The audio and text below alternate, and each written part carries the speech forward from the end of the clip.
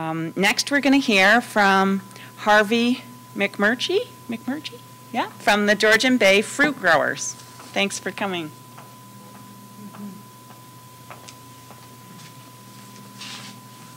Okay, these are pictures are Mexican workers that came up to pick apples. And there also there will be pictures of other growers from apples around the Georgian Bay area, which includes Collingwood, Thornbury, and Meaford area, and some apples in Owen Sound and Paisley. Yep. So our grant was used for a website we set up with the help of FoodLink. Thank you very much for that.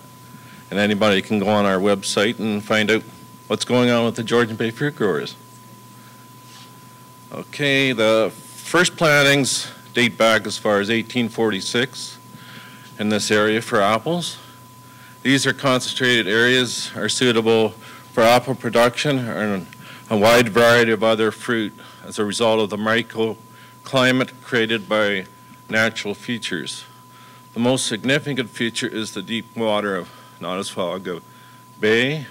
This moderates the air temperature and thus reduces the chances of a late spring or an early fall frost. The other feature is the Niagara Escarpment, which forms the southern protective boundary and confines the microclimate to fertile soils near the bay and making fruit growing possible. There are approximately 60 commercial fruit growing operations in this area. We also grow plums, pears, cherries, strawberries, raspberries, blueberries, and grapes are also grown in the Georgian Bay area. These orchards produce about 25% of the Ontario apple crop annually. Recent yields have been as high as 3 million bushels of fruit, with about 40% of this fruit being packed around here in the Binkley's apple packing plant and the Bay Growers apple packing plant around Thornbury. But also, you know, this year was not a very good year for the apple production. We got froze out in April because of the mild March, and that didn't help out. And the balance of the fresh apples are used for juice, cider, pie filling, and applesauce and other products in this area. Our older trees are being replaced with more modern orchard systems, which means we're planting more smaller trees per acre, which are producing more apples per acre. We now have storages that can store apples year-round, and which come out to storage very crunchy, very tasteful to the people. We have developed orchard managed practices that protect the environment. We have scouts to go out the orchards every year, or sorry, every week, and look at what bugs are out there, what we should be spraying for, and what we're using softer materials now, so we're not hurting the beneficial insects that are out there.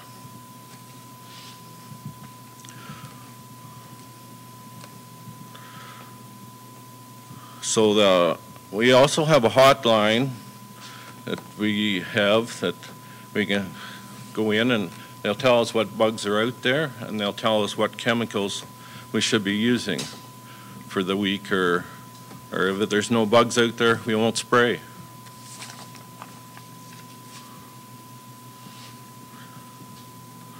We'd like to thank you for helping us set up our website, and also we ran to Riverside Graphics in Clarksburg, which is Linda Wilkes.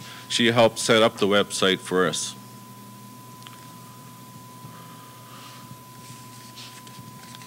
Any questions? That's very short about apple production in Ontario, but does anyone have any questions? How bad was, can you be a bit specific about how bad the spring losses were?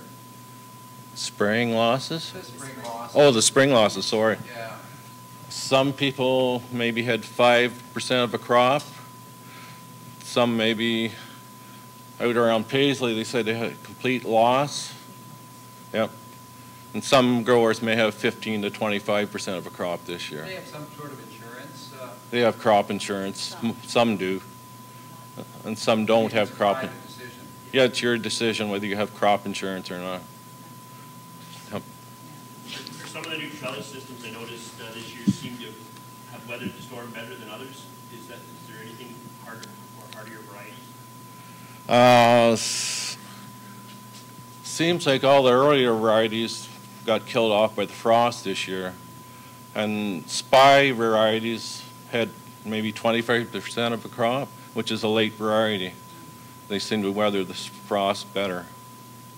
So hopefully, this is only 1 year.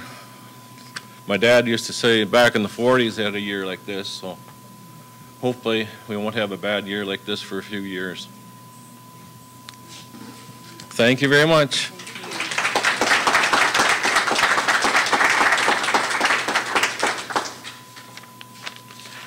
So I think that concludes the program. I think we've heard from everybody. There was one other retail location in Flesherton, Pease Marsh Farm. Chris Bishop is a chef, and I believe they also have a farm. His wife is a vet, and I believe they also have some of their own animals. But he runs a retail store and also does prepared foods as well, selling out of Flesherton.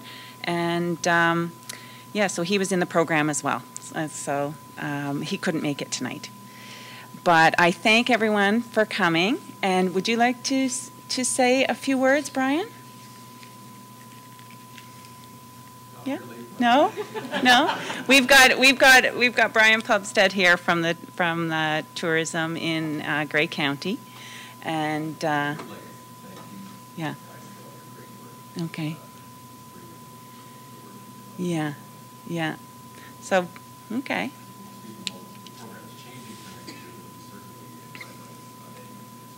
Right, right.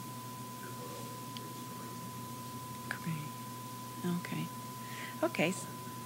Yes, you're welcome. Yes, Sean? I just wanted to add to Maria. Throughout the night, we heard about a lot of the challenges and procedures people have gone through to start their business. And some people may not be aware, but several farmers from Grey County, including myself, started a new organization in the past year, the Practical Farmers of Ontario. Right. And we've been trying to hold local meetings and stuff too. And Great. November the 20th, we'll be having another local meeting. Okay. And we're having somebody come talk about solar systems. That was solar hot water heating. Great. A lot of people interested in trying to run indoor heating in their greenhouses. Great.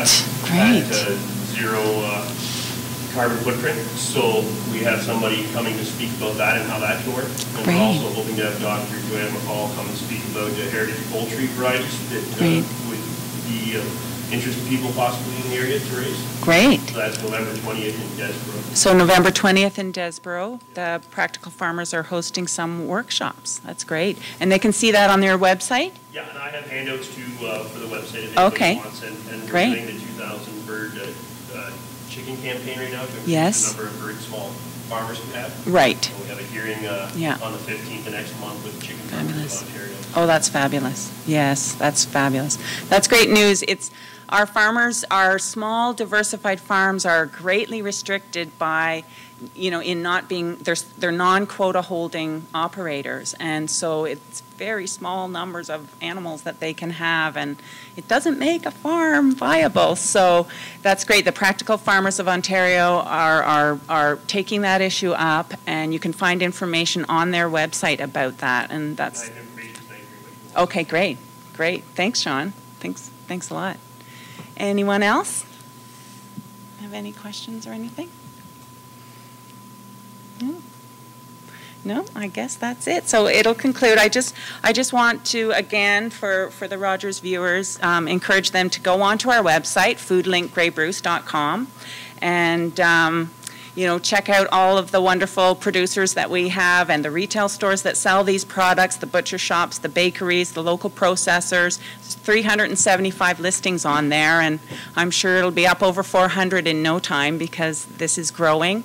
And these businesses still need a great deal more support to make their businesses viable. And that's happening, but habits change slowly with humans, and even if local food is popular and we like the idea of it, we're busy, and often people's buying patterns still tend to go for convenience. So we just encourage you to see what you can do to support these fabulous businesses. You know, we wanted to have Rogers film this event so that you could hear directly from the farmers themselves, and I think that's the best way to understand why we should try and buy more local products. So do what you can to support these folks, and we'll see the system grow. Thanks very much. Good night.